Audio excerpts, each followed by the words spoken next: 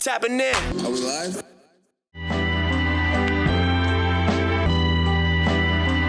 Yo. The Kids Official sliding on the instrumental. Nordic combos, twist your mental like forbidden jitsus. My click's initial. Yeah, I get that, but is we live though? Is we like all the way live though? You heard? I don't know what my clicks initial means, but I might get it. I've heard that song so much, I might get that tatted on me for sure. And shout out to Luvo, who is, we get all of this music from him. And it's dope that we get to engage people whose art we admire and appreciate and incorporate that into our own. And having that artistic community is quite encouraging. And shout out to Cooler Than Black Emojis, Luvo, all of it. Appreciate it. All right, now you're just doing shout outs to make me feel bad that I don't have the drops. I see what you're doing.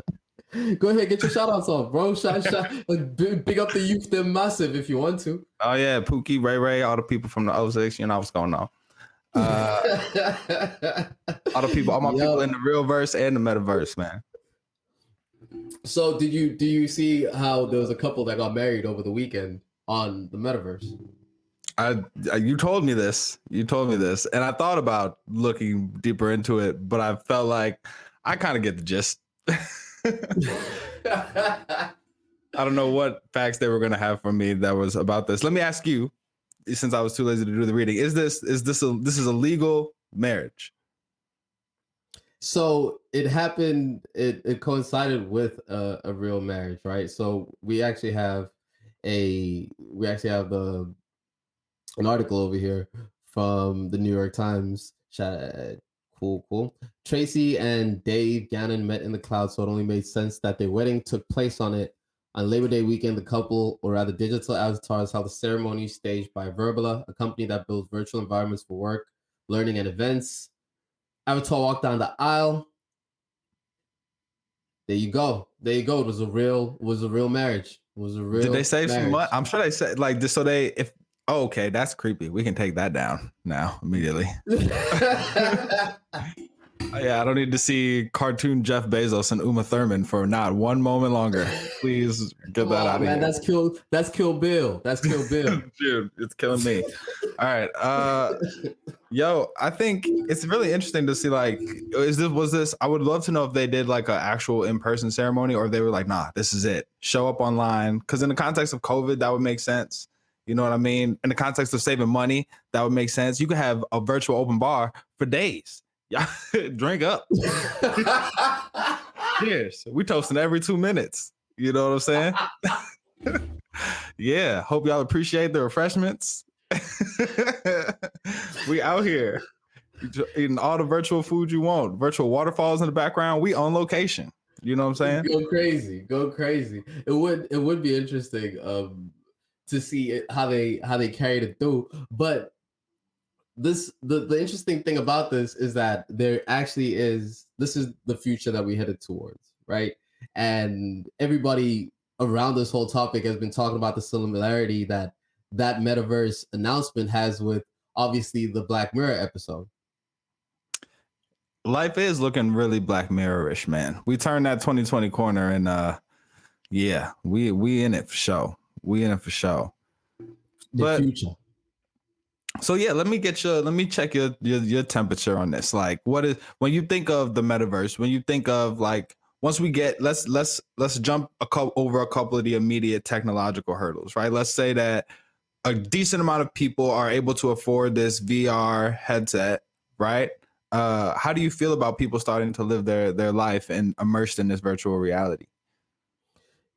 So a part of it definitely is very telling of the human instinct of wanting to be efficient with technology, right? Like, that's a big thing.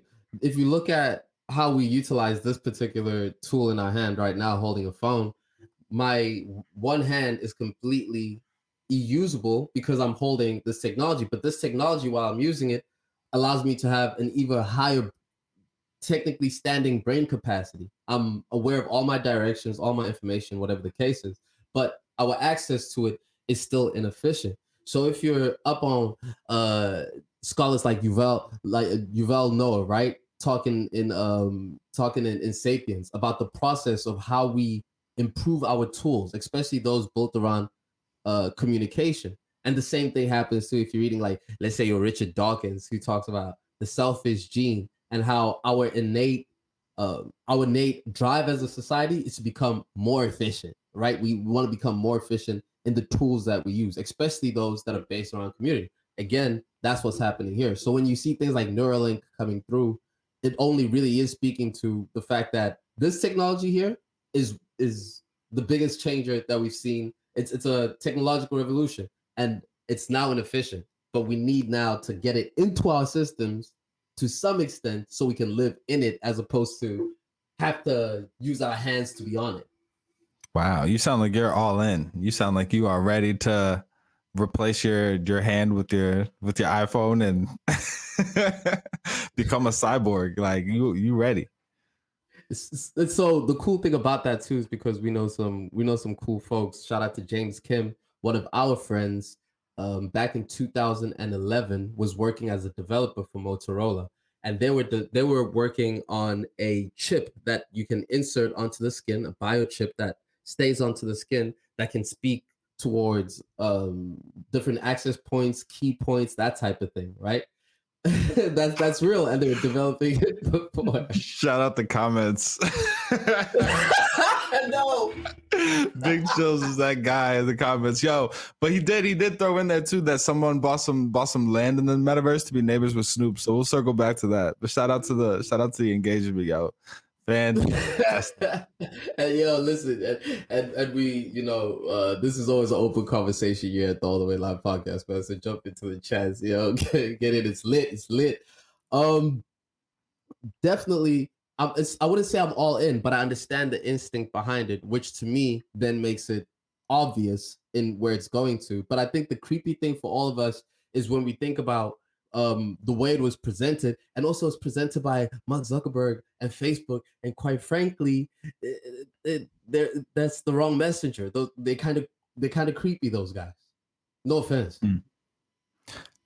I appreciate you bringing in a little bit of that fear that's kind of associated with this next leap, as you describe it, right? For like human progress.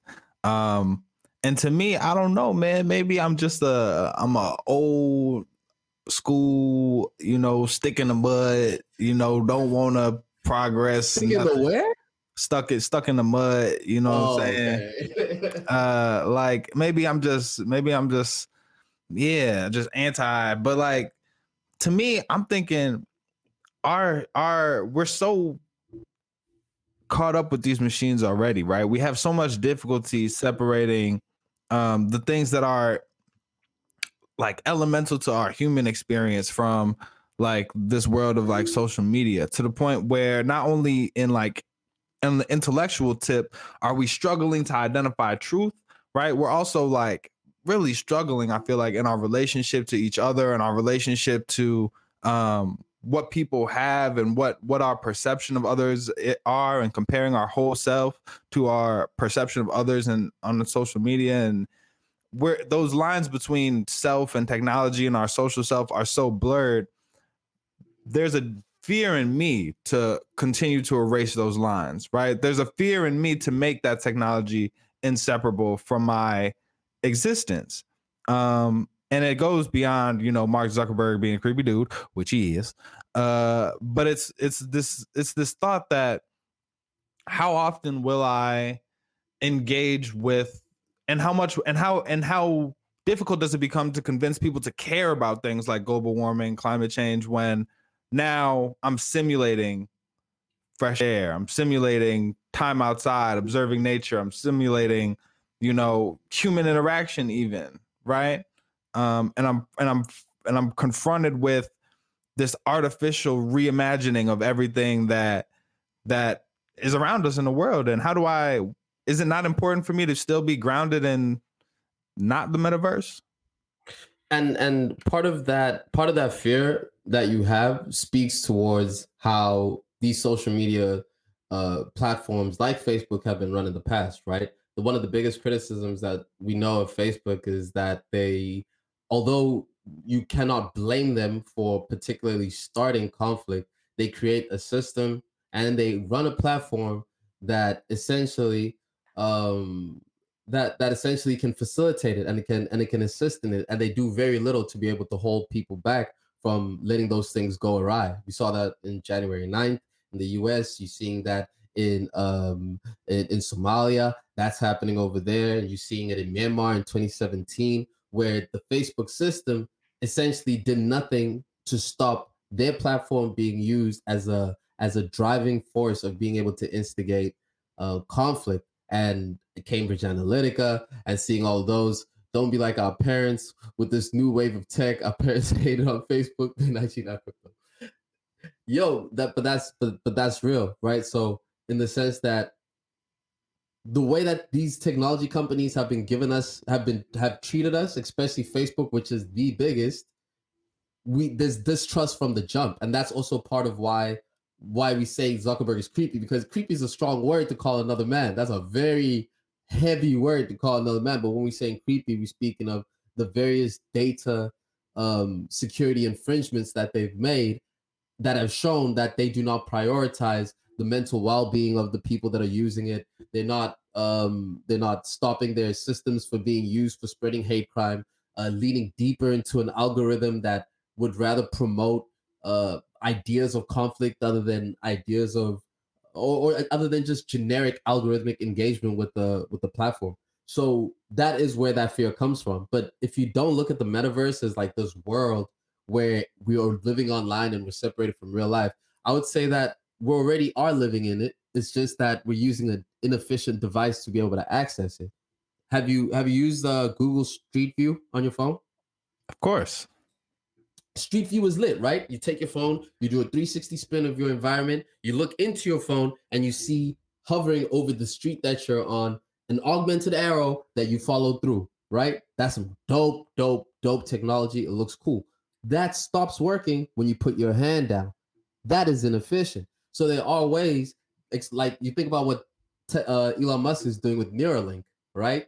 Now you can have a link that potentially could get to the place where it speaks to whatever device, and you're able to visualize that augmented reality in front of you, engaging with the real world.